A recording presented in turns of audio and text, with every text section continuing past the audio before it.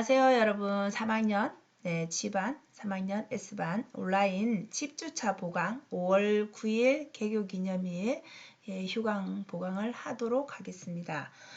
여러분 이번 주에 보강할 거는 치건단 절제술, 골륜기 절제술, 협순소대 성형술, 설소대 성형술, 구강내 열상봉합술, 치건단 절제술, 치건낭 적출술, 치아 제식술, 탈구치아 정복술, 상고정장치술에서 여러분들 한 10가지 정도가 된다 그죠? 10가지 정도 정리해보고 이론적으로 그리고 여러분들 문제 풀어서 평소와 같이 그에 대한 과제방 열어서 답을 여러분들이 풀이한 답을 올려주시면 되겠습니다. 그래서 10주차에 이렇게 앞에 9주차에 한 거랑 연결해서 외과를 마무리하고 11주, 12주에는 여러분들 치주 들어가도록 하겠습니다. 자, 우선 치연판 절제술을 한번 보도록 하겠습니다. 자, 시작하기 전에 제가 좀 감기가 걸려서 여러분 목소리가 좋지 못해서 좀 양해를 바랍니다. 자, 우선 치연판 절제술은 여러분 1일 1회 가능합니다. 그래서 치아수 불문하고 소정 금액 산정, 정해진 금액만큼 산정을 하시면 되고, 여러분들 그 대장 내시경 해본 사람은 대장의 용종 폴립 제거하는 경우 이런 거 아마 들어보셨을 건데, 이 진제발 쪽에도 이렇게 폴립 제거한 경우에도 산정이 가능합니다. 주로 많이 사용하는 게 여러분 맹출 유도를 위해서 사용한다라고 보시면 될 것 같아요. 그래서 지치적 사랑니 주변에 염증이 생길 수 있으면은 그 염증으로 인해서 이제 잇몸이 보통은 다 맹출을 못하고 있는 상태니까 그 잇몸을 잘라주는 경우, 아니면은 사랑니라도 여러분 완전 뭐 발치를 하기 위해서 잇몸을 자르는 개념은 치연판 절제라는 수를 따로 각각 하면 인정이 되겠지만, 발치를 하는 날에 치연판 절제술을 하는 건 의미가 없죠. 그래서 그때는 발치만 산정을 하셔야 됩니다. 그리고 보철물을 장착하기 전후에, 즉 우리가 프랩을 하면서 크라운을 하려면 결국은 어느 정도 길이 확보가 돼야 되는데, 길이가 너무 짧은 경우는, 치관의 길이가 너무 짧은 경우에는 이 길이를 연장해 주기 위해서 결국 잇몸을 자르게 되겠죠. 자, 그런 거는 치관 확장술이라고 또 행위가 따로 있습니다. 그래서 이거는 뒤에 나오면 다시 설명을 드리도록 하겠습니다. 그래서 연구치에서는 여러분들 보철물 장착하기 전에 길이가 짧은 경우, 크라운을 하기 위해서 길이 연장을 해주는 경우는 치관 확장술 안에 치연 절제술이라는 게 따로 있어요. 그걸 산정하는데, 단 지금 보시는 것처럼 유치의 경우에는 치관 확장을 하는 경우에는 그냥 치연판 절제술을 산정해 주시면 된다라는 거죠. 그래서 우리 사진으로 한번 보면 이렇게 보시는 것처럼 상악 전치부에 여러분 어때요? 이렇게 하얗게 보이죠? 그래서 이렇게 하얀 부분은 이미 이가 어느 정도 요 밑에 있다는 얘기인데 이 몸을 뚫고 나오지 못하는 거죠. 그래서 보통은 이제 사진을 찍어 보게 되고, 자, 이런 경우에 영구치 맹출 유도를 위해서 보통 1번 그죠? 이런 식으로 메스를 사용해서 이렇게 맹출을 유도하는 경우가 치연판 절제술이라고 여러분들이 청구를 하시면 되겠습니다. 그래서 뭐 다수 하더라도 그죠? 이 1회만, 이 정해진 금액만 산정을 하시면 됩니다. 그래서 이 외에도 우리 책에 보면 그죠? 1회만 산정하는 게 이렇게 그죠? 여러 개 하더라도, 여러 치아를 하더라도 이렇게 1회만 정해진 금액만큼 산정을 한다는 뜻이죠. 그래서 이렇게 치연판 절제술을 하는 경우에는 실제적으로 여러분 지금 1번 사진에 나와 있지만 사실은 8번도 해당이 되죠. 그죠? 8번, 뭐 6번도 그럴 수 있는 거고, 그죠? 그래서 꼭 전치부에 해당되지는 않는다라는 거. 그래서 맹출을 유도하기 위해서. 그리고 또 다르게 사용되는 게 이렇게 범위를 보시면, 우리가 충치를 오래 여러분 방치를 하게 되면 이 우식 충치가 생긴 부분에 그게 구멍도 생길 수 있고 잇몸이 자라 올라올 수 있거든요. 자, 그런 정식된 잇몸을 제거하는 거, 파절된 경우에도 마찬가지입니다. 그래서 그런 지연식육 제거하는 거, 좀 전에 말한 맹출, 그죠? 유치의 길이 확장, 그 다음에 부분 맹출이 돼도 사랑니 쪽도 그렇죠. 급성이나 만성적으로 이렇게 염증을 달고 있어도 그렇고, 결국 이런 부분에 대해서 잇몸을 잘라주는 행위가 치연판 절제술이라고 여러분들이 기억을 하시면 되겠습니다. 그래서 치연판 절제술은 우리 임상에서 그래도 우리 아이들도 병원에 오고 하니까 사랑니도 대부분 또 있으니까 많이 사용을 하겠죠. 그래서 이 치연판 절제술 기억을 하시고요. 자, 그 다음에 나오는 거는 골륜기 절제술입니다. 여러분, 골륜기 절제술은 실제적으로 우리 앞에 치조골 성형술 했잖아요. 그죠? 그래서 구분이 자, 하악 설적 또는 상악 협척의 골륜기 절제하는 거, 국의 골륜기 절제를 했는데 여기서 포인트가 우리 앞에 치조골이 아니고요. 예, 이렇게 기저골에 발생이 된다라는 게 다릅니다. 자, 그래서 사진으로 보시면 여러분들 그 임상 사진을 보시면 이렇게 상하게 그죠? 이렇게 입천장 쪽에 이렇게 있으면 어때요? 여기 털리가 얹혀질 수가 없겠죠. 우리 이렇게 하악 부분이라 치면 여러분들 어떻겠습니까? 이렇게 치아가 지금은 다 있어도 그죠? 이렇게 혀가 지금 둘 곳이 없는 상황이죠. 이 부분을 제거를 해야 되겠죠. 여기도 마찬가지고 그죠? 물론 이 사람이 이 환자가 내가 사는데 크게 지장이 없다 라면 이 상태로 살아도 크게 문제되진 않습니다. 근데 이런 경우 같은 경우에 여러분들 저작에도 그렇고 발음할 때도 그렇고 좀 문제가 있겠죠. 그죠? 생활에 불편함이 있겠죠. 자, 그런 경우에 실제적으로 병원에서는 자, 이런 정도면은 저도 임상했을 때 이게 암이 아닌가 하고 막 죽을 병에 걸렸다라고 찾아오신 분도 있었어요. 근데 실제적으로 이걸 제거하면 되는데 이 자체를 모르고 그냥 어느 순간에 생활하다가 처음에는 몰랐다가 어느 순간 이게 불편함을 느껴서 보니까 이렇게 자라있는 걸 보고 이게 그 암 같은 게 아닌가라고 해서 찾아오는 케이스가 있었습니다. 그래서 골륜기 절제술은 이제 이걸 제거하려면 결국 여러분들 서지컬 버어 같은 걸 사용해야 되겠죠. 그래서 이렇게 의시 장착을 꼭 하지 않더라도 생활에 불편함이 있다라면 제거할 수 있겠죠. 그래서 의시 장착을 하기 위해서 뭐 언더컷을 제거한다든지 우리 아까 상악 같은 경우 접합도가 당연히 없겠죠. 그런 상황이라면 그럴 때 시행하는데 한 가지 더 여러분들이 이제 적용하셔야 될 게 이겁니다. 우리 서지컬 버를 사용한다고 했을 때 여러분들 앞에서는 외과 파트에서 거의 다 가를 적용을 했었죠. 그죠? 가라 하면 6,980원 하는 서지컬 버를 적용했는데 지금 여기 같은 경우에는 골륜기 절제술은 나가 적용이 가능합니다. 여러분들 책에 183쪽에 한번 보시면 우리가 앞에 나와 있는 게 가죠. 그죠? 가에 서지컬 버, 발치 같은 거, 치조골 성형 같은 거 하는 게 6,980원이라면 나는 절제, 적출, 골수염 수술 등에 해당되는 겁니다. 자, 그래서 이때는 39,980원. 여기 보시는 것처럼 그죠? 여기 해당이 되죠. 그죠? 그래서 여러분들이 적으실 때는 서지컬 버만 적지 마시고 가로에서 나 그죠? 비용은 39,980원이 적용된다는 거. 이 부분이 조금 다르게 적용된다는 거를 기억하시면 되겠습니다. 그래서 이렇게 서지컬 버가 나가 적용이 된다. 39,980원. 상병명은 우리가 아까 그 부위에서 딱히 그죠 치식은 물론 적용을 하겠지만은 상병명은 이게 척의 발달 장애 이런 걸로 여러분들이 적용을 하시면 되겠습니다. 자, 그 다음 협순소대 성형술인데요. 여기서 여러분들 보시는 거 조금 뭐 자주 우리 설소대 성형 들어봐도 협순소대 성형은 아마 설소대보다는 더 자주 하진 않을 거예요. 그죠? 근데 그래도 이런 게 있다라는 수식 정도는 여러분들 한번 보셔야 될 것 같아서 우리 책에도 또 나오니까 자, 상악 전치부의 순소대라든지 그죠? 그 다음에 하악 소구치 부위의 협소대라든지 그래서 정중치간 이게 그 다음에 이 협소대에 이상이 생기면 치열, 부정이라든지 의치를 할 경우에 탈락되는 경우가 생길 수밖에 없습니다. 자, 왜 그러냐면 사진을 한번 보시면 자, 이게 그죠? 여기에 그죠? 의치했을 때 당연히 치열이 부정이니까 그죠? 의치 탈락도 당연히 될 수 있겠죠. 이런 상황이라면 자, 이런 경우에 하는 케이스 엽소대, 순소대는 이렇게 전치부에 정중 이게 부분에 이런 경우를 얘기를 하는데요. 실제적으로 뭐 많이 하지는 않지만 그래도 여러분들이 간단 복잡으로 산정할 수 있다라는 거. 자, 간단한 거는 여러분들 우리가 소대마다 적용을 하되 이렇게 심플이라고 적어줍니다. 그래서 가로 산정을 하시고요. 그 다음에 이렇게 Z형이나 Y 형태로 이렇게 절개를 해서 하는 경우에는 복잡한 거로 들어갑니다. 그래서 나를 적용을 해주시면 되고요.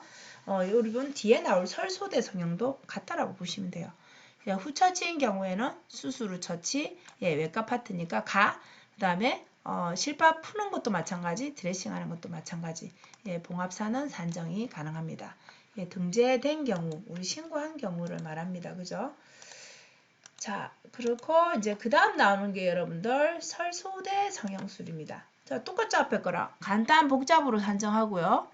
그냥 간단은 이제 절개만 해서 하는 경우. 그래서 심플이라고 적어둡니다. 가 산정하시고 앞에 본 것처럼 Z는 우리 Y 형태로 할 경우에는 이렇게 복잡한 거 나에 해당이 된다고 보시면 되고요. 예, 봉합사 역시 등재된 거 사용하면 가능합니다. 자, 후처치로는 수술 후 처치 똑같습니다. 가를, 그러니까 설소대 성형술을 하고 나서 오늘 소독하는 거, 내일 와서 소독하는 거, 그 다음에 일주일 있다 실밥 빼는 거 똑같이 적용을 하시면 되겠습니다. 자, 이렇게 여러분들이 보시는 것처럼 설소대 성형은 이제 임상에서 가능하죠, 그죠? 이 절개 형태에 따라서 우리가 복잡한 걸로 산정하시고 봉합사를 사용하니까 봉합사 산정, 후 처치는 수술 후 처치, 가를 산정을 하시면 되겠습니다. 자, 그리고 구강내 열상 봉합술이라고 있어요. 여러분들 보시면 우리가 치과에서 근무를 하다 보면 외상으로 다쳐서 오는 경우가 있겠죠, 그죠? 자, 그러면은 슈처를 보통은 하게 되죠. 찢어져서 오게 되면.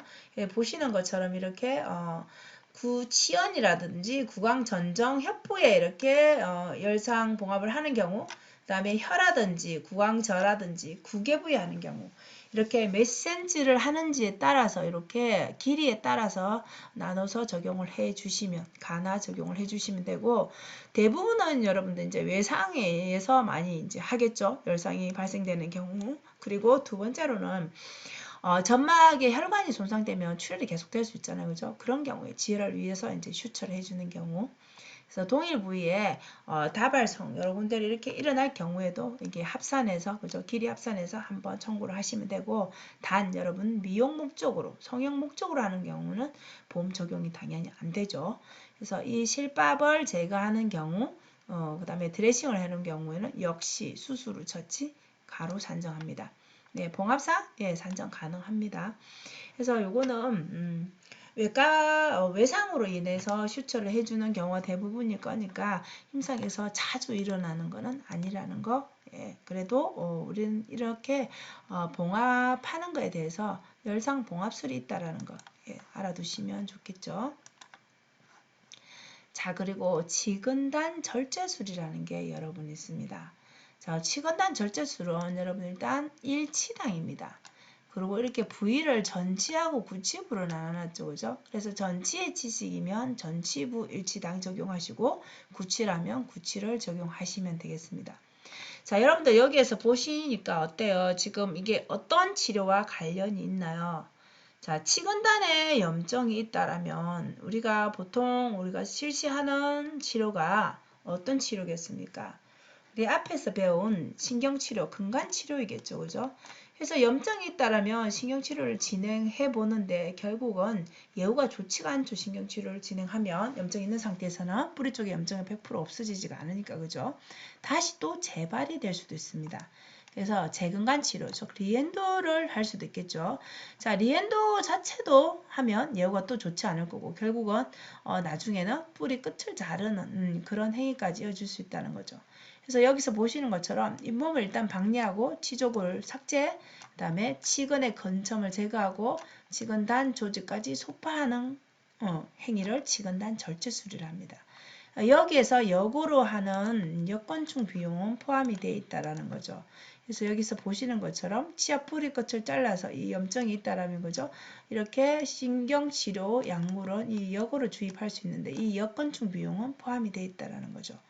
그래서 지금 보시는 것처럼 그죠? 이렇게 하는 행위가 치근단 절제술인데 일치당으로 산정을 하시고 이 부위가 전치인지 구치인지 여러분들은 보시고 적용을 하시면 되겠습니다.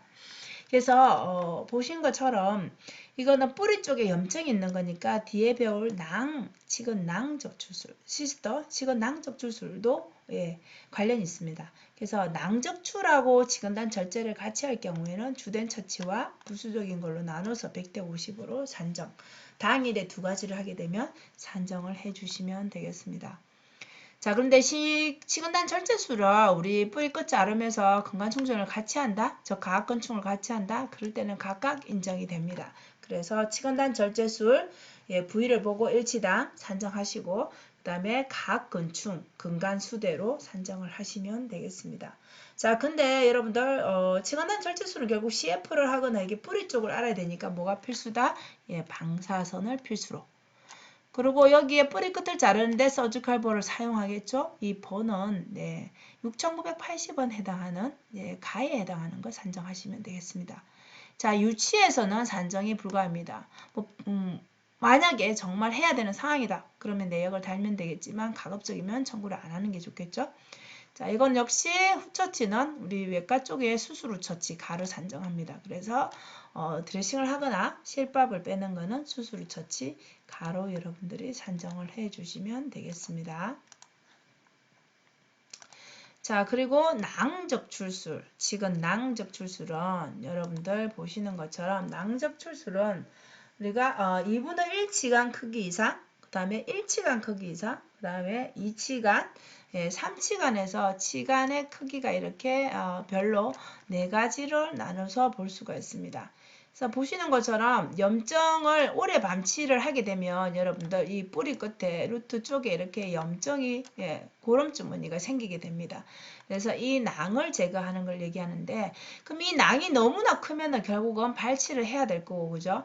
그다음에 우리 앞에서 나왔던 이 치근단을 좀 더 절제해서 사용하는 방법이 또 있을 수도 있습니다. 그죠? 그래서 이렇게 같이 하는 진료들이 같이 따라 붙습니다. 발치하고 할 경우에는 주된 거 100, 제2수술 50으로 나누고 치근낭 척출술과 앞에 했던 치근단 절제술을 할 경우에는 어떤 게 또 주된 건지에 대해서 1, 2로 나눠서 100대 50으로 산정이 가능합니다.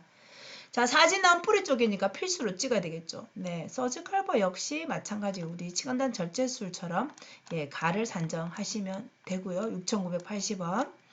자, 여기에서 우리 치간의 크기가 여러분 다하고라 즉 치간 이 낭의 사이즈가 클 경우 이 치간 3치간일 경우에는 후처치로는 대수술 처치가 가능합니다.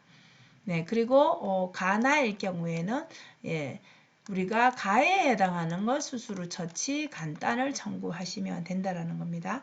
그래서 동일 절개선인 경우에는 제1수술 100%, 제2수술 50% 하는데 절개선이 다른 절개 부분이 나눠진다라면 각각 100% 산정을 하시면 되겠습니다.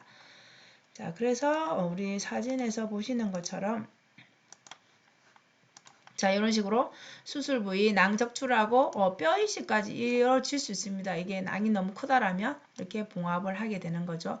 그래서 우리가 실제적으로 여러분들 사진을 찍게 되면 낭적출을 할 경우는 이렇게 시커먼 거 보이나요, 여러분? 엑스레이상에 요 검은 부분 있죠. 동그라미 친 부분에 요만큼 그죠? 이게 다 낭입니다. 자, 이게 낭 사이즈가 크기에 따라서 그래서 4가지로 분류를 한다는 거죠.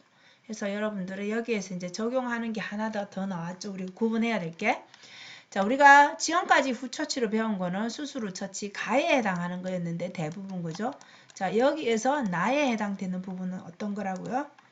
네, 우리 앞에서 나왔던 여러분들 여기 자, 가나에 해당하는 것은 수술 후처치, 가를 적용하시고 후처치, 다라 2치간, 3치간인 경우에는 대수술 후처치, 나를 적용하시는 게 후처치가 이렇게 다르다라는 게 여러분들 차이점이니까 요거를 기억을 하시면 되겠죠. 그래서 여러분들 어때요? 지금까지 보니까 낭적출도 실제적으로는 어때요? 여러분들이 많이 이게 여러분들이 임상에서 신경치료와 낭을 비교한다라면 당연히 낭적출이 더 신경치료보다는 빈도수가 자주 하는 근간 치료보다는 좀 더 떨어진다고 볼 수 있겠죠. 그죠? 그래서 여러분들이 공부를 하실 때는 자주 하는 거 위주로 여러분들이 이 기억을 해 주시면 될 것 같아요. 그래서 우리 첫 번째 영상은 여기까지 치건낭 적출술까지 마무리를 하고 뒤에 제식술, 탈골치아 정복술, 상고정 장치술 이어서 하고 문제 같이 적용해 보도록 하겠습니다. 자, 이 첫 번째 영상 마무리할게요. 수고하셨습니다.